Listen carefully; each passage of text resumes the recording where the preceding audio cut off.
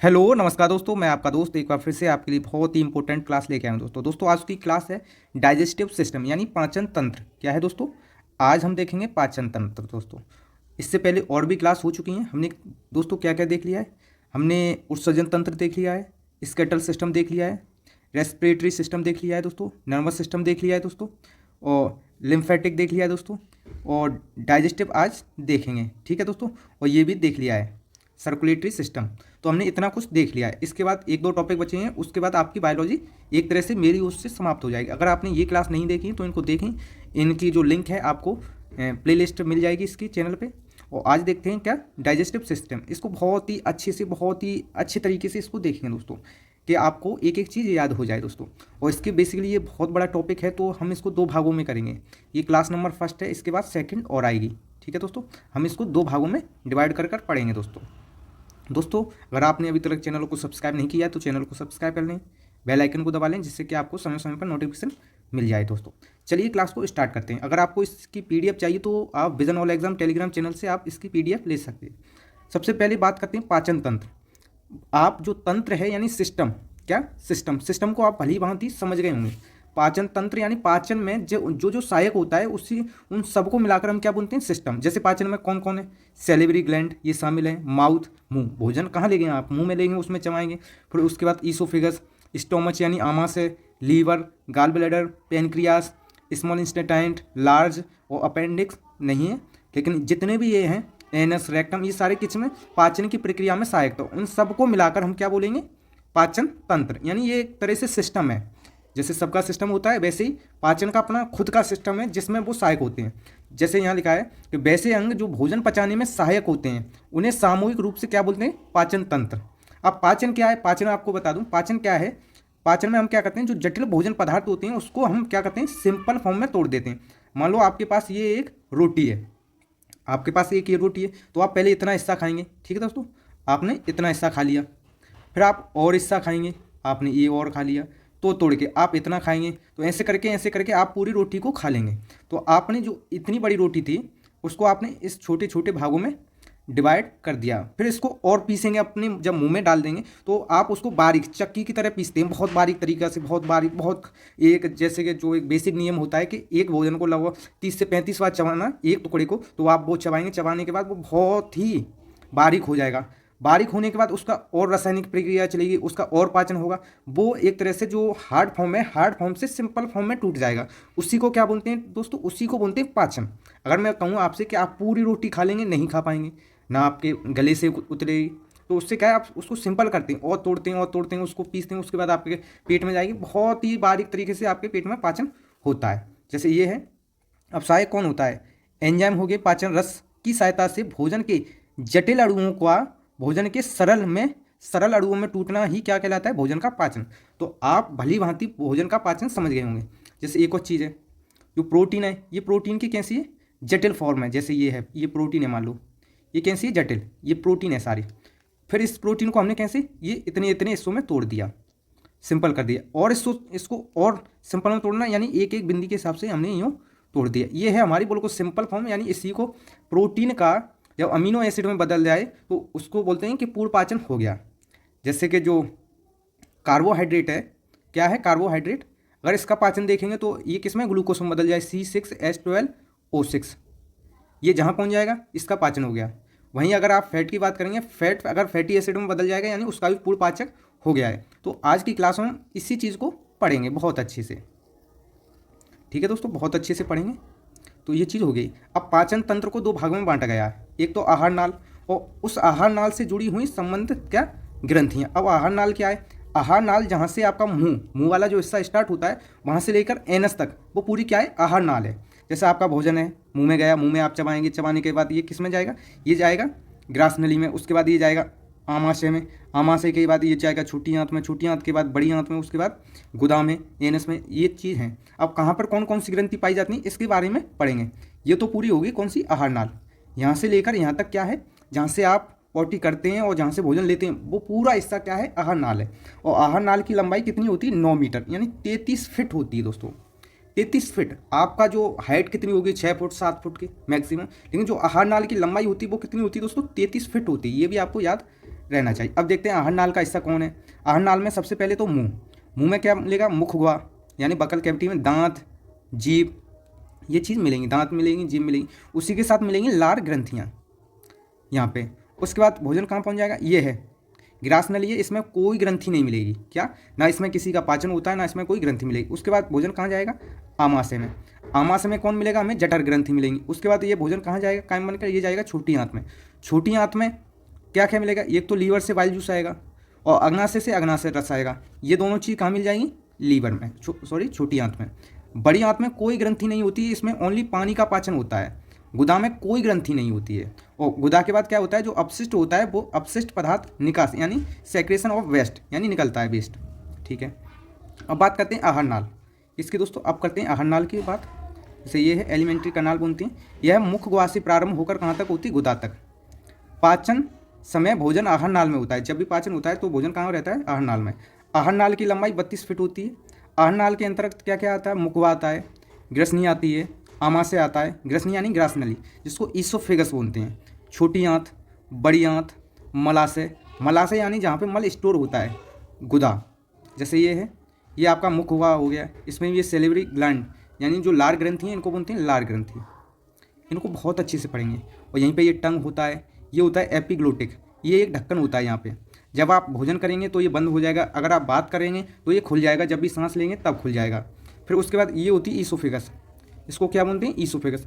आपको डायग्राम पे बहुत सारा ध्यान देना है दोस्तों, क्योंकि डायग्राम से कभी कभार बहुत सारे क्वेश्चन पूछे जाते हैं कि इसको क्या बोलते हैं, यही पूछ लिए जाते हैं। इसकी मैं एक स्पेसिफिक क्लास लेके आऊँगा जिसमें प्रत्येक पूरे शरीर जो जो क्वेश्चन आए हुए हैं रेलवे के उन सब क्वेश्चनों को कराऊंगा डायग्राम से रिलेटेड। और ये होता है स्टोमच, क्या होता है, स्टोमच यानी आमाशय। उसके बाद ये होता है पेनक्रियास यानी अग्नाशय। ये होता है लीवर, ये होता है गाल ब्लैडर। ठीक है, और ये होती है बड़ी आंत, ये होती है छोटी आंत। ठीक है, ये होता है अपेंडिक्स, ये होता है सेकम, ये होता है रेक्टम, ये होता है एनस। लेकिन हम बात कर रहे हैं किसकी, आहार नाल की। आहार नाल में कौन कौन आता है एक बार फिर से देखेंगे दोस्तों।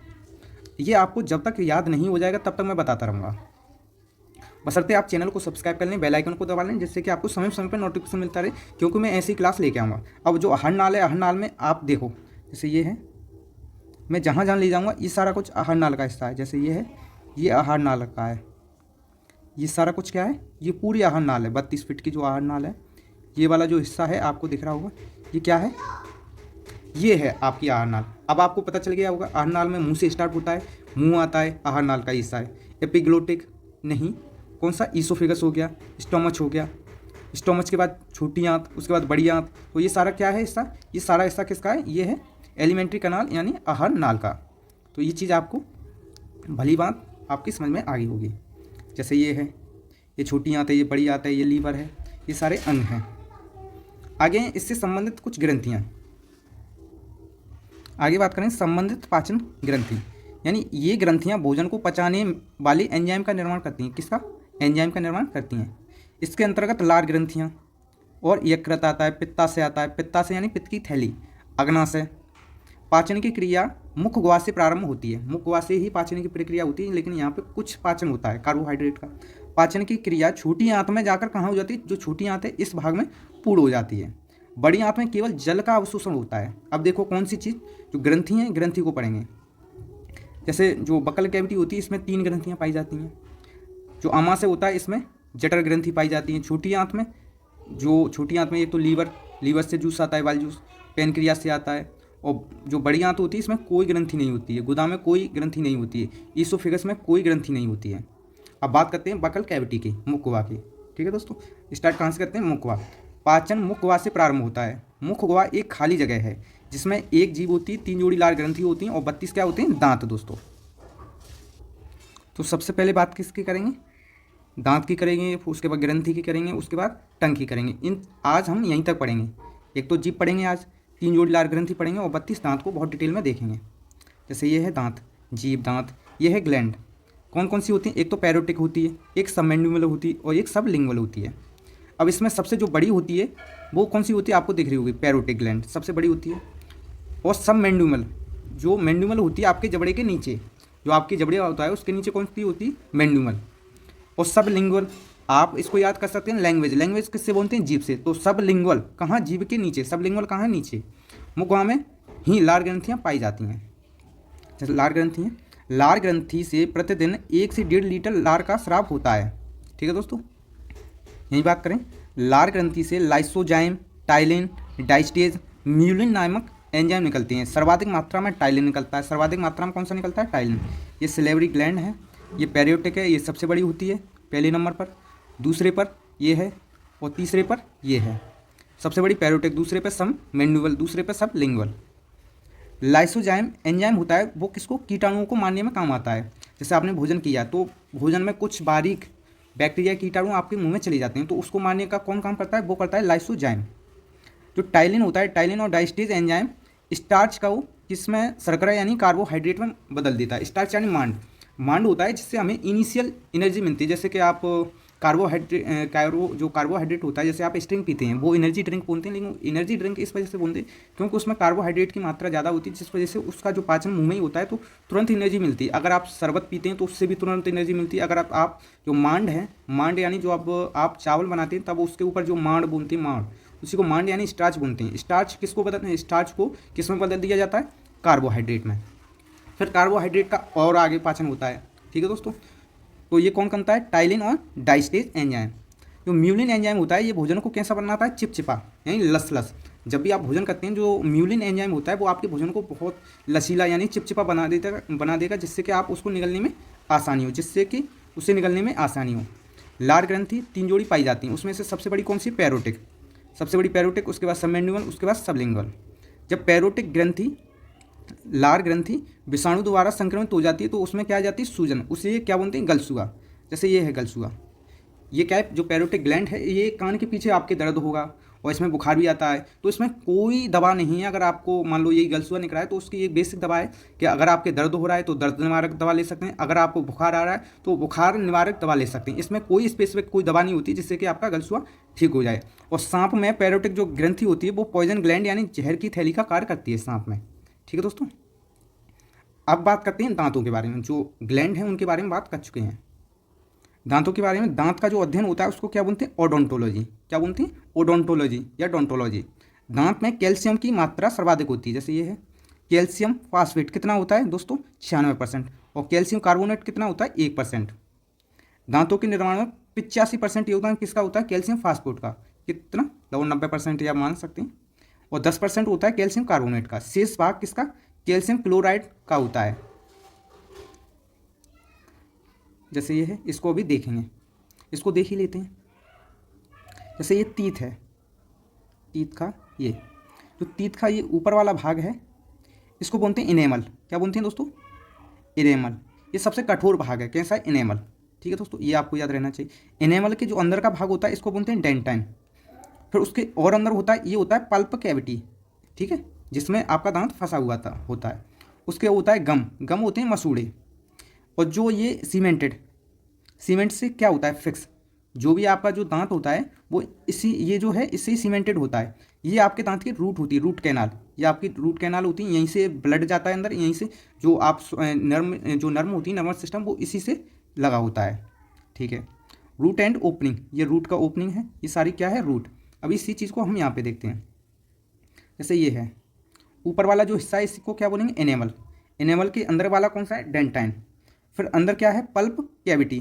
पल्प कैविटी जिसमें आपको नसें मिलेंगी सारी, जिसमें जो एक तरह से प्योर ब्लड आता है, प्योर ब्लड इसमें आएगा, सॉरी प्योर ब्लड रेड में आएगा, इसमें इम्प्योर आएगा। तो इसमें जो भी प्रक्रिया होगी सारा इसमें ही होगा। कार्बो जो कैल्शियम आएगा, जो भी मात्रा आएगी वो इसी के थ्रू इसमें आएगी।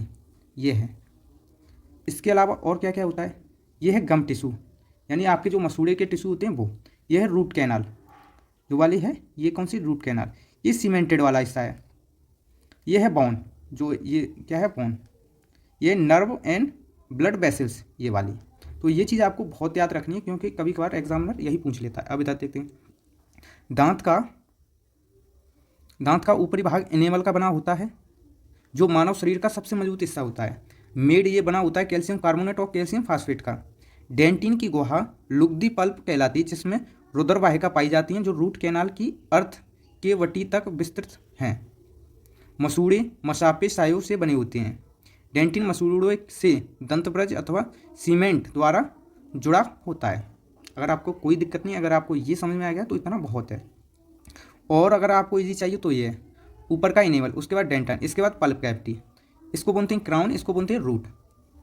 दांतों का क्षरण यानी टूट फूट किसके कारण होता है? फ्लोरीन के। मानव दांत की दो परत होती हैं, बाहरी परत को इनेवल कहते हैं, आंतरिक परत को डेंटाइन बोलते हैं। मानव शरीर का सबसे कठोर भाग इनेमल है, जो कैल्शियम फास्फेट का बना होता है। इनेमल दांतों की रक्षा करता है।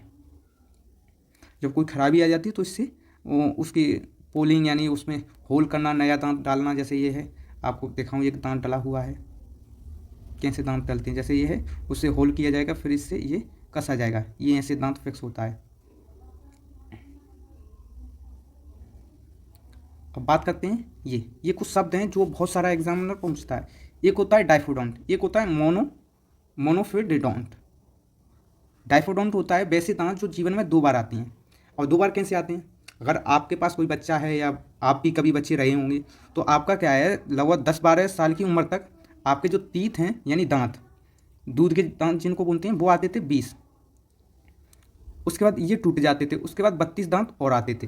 तो हमारे जो दांत हैं कितनी बार आ रहे हैं? 2 बार आ रहे हैं। तो इसी वजह से हम क्या बोलते हैं इनको? डाइफोडोंट्स। वैसे दांत जो जीवन में 2 बार आते हैं उन्हें क्या बोलते हैं? डाइफोडोंट। अब डाइफोडोंट वैसे दांत कितने हैं हमारे शरीर में? ओनली 20 हैं, क्योंकि 20 ये दोबारा आएंगे और प्लस 12 एक ही बार आएंगे। तो जो 20 है, 20 कितनी बार आ रहे हैं? 2 बार दांत। तो 20 दांतों को हम क्या बोलते हैं? जो दूध के दांत होते हैं 20, उन्हीं को बोलते हैं डाइफोडोंट। मोनोफोडोंट वैसे दांत जो जीवन में 1 बार आते हैं। अब 1 बार कितने दांत आ रहे हैं? 12 दांत, उनको क्या बोलेंगे? मोनोफोडोंट। ठीक है दोस्तों, अब यहाँ पे बात करते हैं दांतों का प्रकार। दांत होते हैं एक तो परमानेंट, एक प्राइमरी यानी स्थायी दांत और अस्थायी दांत। स्थायी दांत कितने होते हैं? इंसीजर 8 होते हैं, कैनाइन 4 होते हैं, प्रीमोलर 8 होते हैं और मोलर 12 होते हैं। टोटल कितने हो जाएंगे? कितने हो जाएंगे दोस्तों? 32। वहीं जो परमानेंट नहीं होते हैं, टेम्परेरी होते हैं, उनमें इंसीजर कितने होते हैं? 8। उसके बाद कैनाइन कितने होते हैं? 4। प्रीमोलर बच्चों में नहीं आते, ये बात हो रही है बच्चों की, तो बच्चों में प्रीमोलर का अभाव होता है। मोलर कितने आते हैं? 8। अगर मैं इसका जो फॉर्मूला है, दंत फॉर्मूला बनाऊं, तो इसका हो जाएगा 4 इस साइड, उसके बाद 2, उसके बाद ये 0, उसके बाद 4। तो इसको और आधा कर देंगे तो इसका हो जाएगा 2 1 0 2, तो 21 0 2 21 0 2। ये हो गया बच्चों का दंत फॉर्मूला। वहीं इनका बनाऊंगा तो इनका जैसे इनको 2 भागों में डिवाइड कर दो, ऊपर और नीचे, तो ये हो जाएंगे 4 और 4, ऐसे 2 2 4 4, उसके बाद 6 6, तो इसका हो जाएगा, इसके और आधे का तो 2 1 2 3, तो इसका हो जाएगा 21 23 फॉर्मूला। तो इसको आप याद रखें जो दंत फॉर्मूला, इसको और अच्छे से आगे करूँगा। एक ये होता है गुहदंती यानी थैकोडोंट। थैकोडोंट का मतलब है यानी जो आपके दांत हैं वो मसूड़ों में फंसे होते हैं, ठीक है, किसमें? पल्प कैविटी में फंसे होते हैं।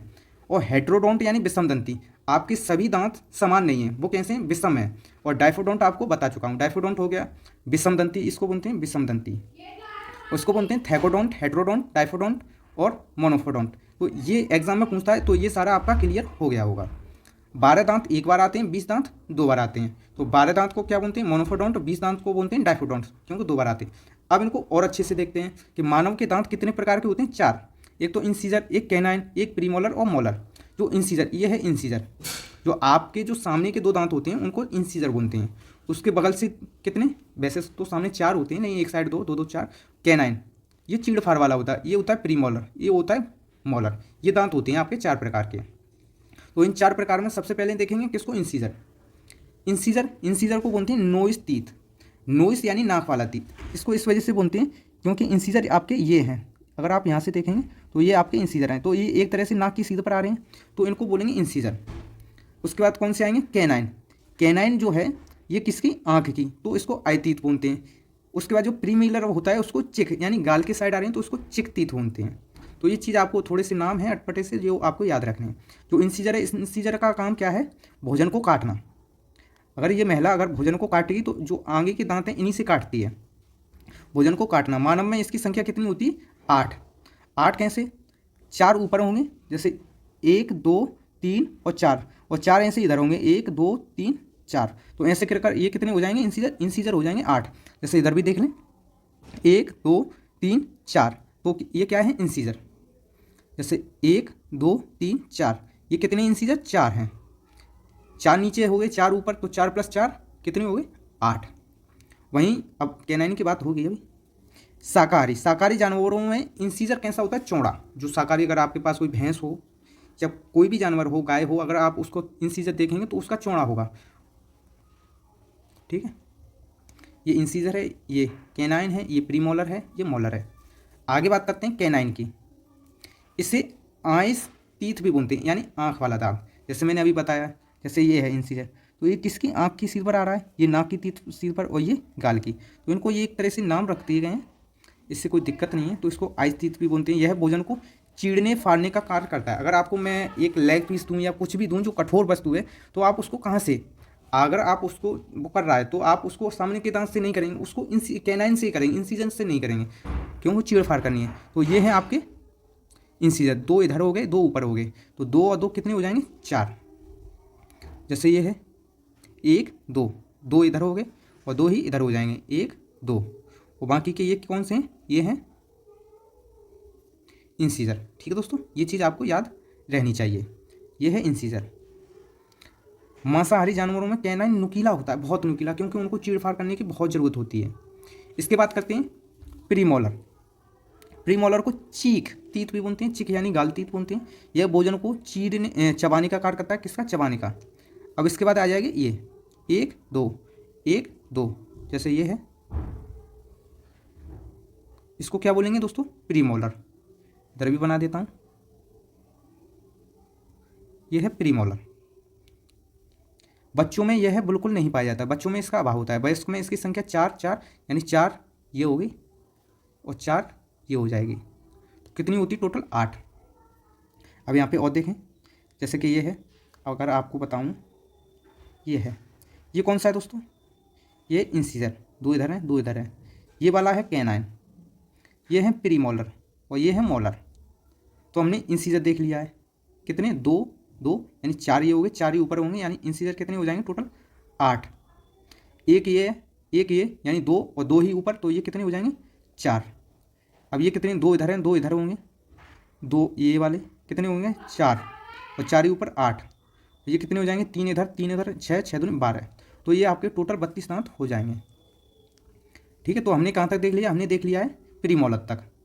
अब बात करेंगे मोलर की। मोलर को हम क्या बोलते हैं, इसको एक विजडम टीथ भी बोलते हैं, यानी अकल की दाढ़, जो आपकी वयस्क अवस्था में आती है। इसका भी कार्य क्या है, भोजन को चबाना। बच्चों में अंतिम मोलर यानी थर्ड मोलर नहीं पाया जाता है। जो अकल की दाढ़ मैंने बोला कि वयस्क अवस्था में आती है, तो वह बच्चों में नहीं होगी। तो यहीं से आप, अगर बच्चों का मैं यहीं से लगाऊं, तो ये तो बच्चों का आराम से आप लगा सकते हैं। एक तो बच्चों में ये नहीं होगा और प्रीमोलर नहीं होगा, और बाकी के सभी दांत, जैसे 2 ये हो गए, तो 2 और 2 ये हो जाएंगे, तो हमें यहीं पे लिख रहे हैं, ये कितने हो जाएंगे 4। उसके बाद 1 2 2 दूनी 4 ये हो जाएंगे, और ये कितने हो जाएंगे 4 4 दूनी 8, 8 दूनी 16, 16 और 4 20। तो बच्चों में कितने दूध के दांत होते हैं 20। और जब कभी भी आपका दांत खराब हो जाता है तो दांत ऐसे आर्टिफिशियल लगाया जाता है। वयस्कों में इनकी संख्या 6 6 12 होती है, अर्थात चारों प्रकार में सर्वाधिक संख्या किसकी होती है, मोलर की। ये है आपका विजडम टीथ। जब कभी ये विजडम टीथ निकलता है तो ये कभी कभी कैरा हो जाता है, कैरे की वजह से ये इसमें फंस जाता है, इस वजह से बहुत सारा दर्द होता है। असहनीय दर्द, असहनीय दर्द और सहनीय दर्द। सहनीय दर्द जिसको हम सहन कर सके, असहनीय दर्द जिसको हम सहन ना कर सकें, क्योंकि वो ऐसा दर्द होता है, उसमें क्या बोलते हैं हम, बस यही बोलते हैं, या तो ये दर्द कम हो जाए या मैं ही कम हो जाऊँ इस पृथ्वी पर। 2 शब्द होते हैं, या मैं कम हो जाऊँ या दर्द। तो वो होता है एक असहनीय दर्द। ये बच्चों के होते हैं दूध के दांत जो टूट रहे हैं। बच्चों में प्रीमोलर का पूर्णतः अभाव होता है, अंतिम मोलर नहीं पाया जाता है। तो यही 3 दांत नहीं पाए जाते हैं। बच्चों में कुल 20 दांत टूटने के बाद दोबारा आते हैं। इन 20 दांतों को दूध के दांत बोलते हैं। दूध के दांत 12 वर्ष की अवस्था तक पूर्णतः टूट चुके होते हैं और दोबारा नए दांत निकलना प्रारंभ कर देते हैं। इस प्रकार मानव जीवन में दांतों की कुल संख्या कितनी होती है 52। ये भी पूछ लेगा वो, अगर घुमा के पूछेगा कि वो पूछ ले कि मानव जीवन में, पूरे जीवन में कितने दांत आते हैं, आप बोलेंगे 32, लेकिन वो आते कितने हैं 3200 + 20 52। पक्षियों में जो चोंच होती है वो ही दांत का रूपांतरित रूप है। हाथी का बाहर निकला हुआ दांत ऊपरी जबड़े का सेकंड इंसीजर होता है। एक बार फिर 12 दांत एक बार आते हैं, 20 दांत 2 बार आते हैं। इन्हीं को क्या बोलते हैं, द्विबारदंती यानी डाइफोडोंट। यही दूध के दांत होते हैं। आपको एक बार फॉर्मूला रिवीजन करा दूं, यानी ऊपरी जो जबड़ा होता है उसमें कितने होते हैं, इसमें होते हैं 8 इधर होंगे, 8 इधर होंगे, टोटल कितने हो जाएंगे 16 दांत ऊपर, यानी नीचे के। अब जैसे ये है इंसीजर ये कितने हैं 1 2, उसके बाद कैनाइन 1, उसके बाद प्रीमोलर 2, उसके बाद मोलर 3, ये चीज़ है। तो कितना हो जाएगा 21 और 23, तो ये कितने दांत हो जाएंगे 3 और 2 5 और ये 8, 8/8, तो 8 और 8 कितने हो जाएंगे 16, और 16 के दूने 32, क्योंकि ये जो फॉर्मूला है 8 इधर और 8 इधर, यानी 8 इधर 8 इधर, 8 और 8 तो इस साइड के कितने हो जाएंगे 16, और 16 ही दांत इस साइड के, तो टोटल कितने हो जाएंगे 20 दांत, यानी निचले जबड़े में 16 दांत। तो ये है, पहले इंसीजर होगा, फिर कैनाइन होगा, फिर प्रीमोलर होगा, फिर मोलर होगा। तो ये आपका फॉर्मूला है। 22 में 21-23 होता है। दंत सूत्र द्वारा दंतों का 1/2 भाग ही दिखाया जाता है। जानवरों में ऊपरी जबड़े में दांत नहीं पाए जाते। अगर आपको ये नहीं पता है तो ये भी आपको पता होना चाहिए। अगर आप किसी गाय के या भैंस के देखेंगे तो ऊपरी जो जबड़ा होता है उसमें दांत नहीं होते हैं। स्तनधारियों में सर्वाधिक दांत किसके होते हैं, सुअर तथा घोड़े के, कितने 44। मच्छर में होती है 47 दांत, जबकि गाय और भेड़ में कितने होते हैं दोस्तों 32 दांत। तो दांतों का सफ़र यहीं पे समाप्त होता है। इसके बाद अब छोटा सा एक टॉपिक है, यानी जो बेसिक टेस्ट ऑफ एरिस, यानी जो जीभ का स्वाद है उसको देखते हैं। जो जीभ है, जीभ का ये वाला हिस्सा है आगे वाला, ये किसको दिखाता है, ये दिखाता है कसेले भाग को। कसेला कैसा होता है, जो आप ये खाते हैं टमाटर का स्वाद कैसा होता है कसेला। जो खट्टा स्वाद है, जो बगल की ये होती हैं, ये दिखाती हैं कौन से खट्टे स्वाद को। इधर से आपको खट्टे का एहसास होगा, इधर होगा मीठे का। ये अगर आप आगे ही लगाएंगे बिल्कुल आगे तो इसको बोलेंगे मीठा। जो पीछे होता है ये वाला हिस्सा, इसको बोलते हैं कड़वा। वो बिल्कुल जस्ट आगे का भाग होता है, इसी को बोलते हैं कौन सा, नमकीन। तो आपको ये याद रहना चाहिए। और एक और चीज़, जो नमकीन होता है, नमकीन में कोई स्वाद नहीं होता है, वो कड़वा यानी जो आप बोलते हैं मिर्च लग रही है, वो एक कोई स्वाद नहीं है। मैं उसको एक दर्द बोलूँगा। जब दर्द होता है तब उसके एहसास होता है, तो उस वजह से आपके आंसू आते हैं। तो एक दर्द है, दर्द को महसूस कराता है। तो यहाँ से आगे का पार्ट हम कल देखेंगे, फिर भी देख लेते हैं। ग्रास नली यानी ईसोफेगस, यह मुख गुहा को आमाशय से जोड़ता है। किसको, मुख गुहा को। जैसे ये है मुख गुहा को, जैसे ये ग्रास नली, ये किससे जोड़ता है, आपके स्टमच यानी आमाशय से। यह नली के समान होता है, ये नली के समान होता है, इसमें कोई पाचन नहीं होता है। अभी हमारा पूरा डाइजेस्टिव सिस्टम है, जिसमें माउथ है, माउथ हमने देख लिया है, ईसोफेगस भी देख लिया है। कल देखेंगे स्टोमच देखेंगे, लीवर देखेंगे, पेनक्रियास देखेंगे, छोटी आंत देखेंगे, बड़ी आंत देखेंगे, यानी कल हम इसको पूरा कर लेंगे। आज की क्लास यहीं तक दोस्तों। अगर आपको अभी तक आपने चैनल को सब्सक्राइब नहीं किया तो चैनल को सब्सक्राइब कर लें, बेल आइकन को दबा लें, जिससे कि आपको समय समय पर नोटिफिकेशन मिलता रहे। क्योंकि ये क्लास आपके एग्जाम के लिए बहुत ही लाभदायक है। मैं गारंटी के साथ बोल सकता हूँ, जितना भी कंसेप्ट का क्वेश्चन आएगा वो इसी क्लास से आएगा दोस्तों। नहीं आए तो आप देख लेना, फिर उसके बाद देख लेना, फिर लेकिन उसके बाद देखने से आपका कोई फ़ायदा नहीं होगा। और दोस्तों, अगर आपको इसकी PDF चाहिए तो vision all exam Telegram channel से आप इसकी PDF ले सकते हैं। धन्यवाद दोस्तों। मैं वाणी को अपनी को यहीं पर विराम देता हूँ। अगला इसका पार्ट कल आएगा। धन्यवाद दोस्तों, नमस्कार।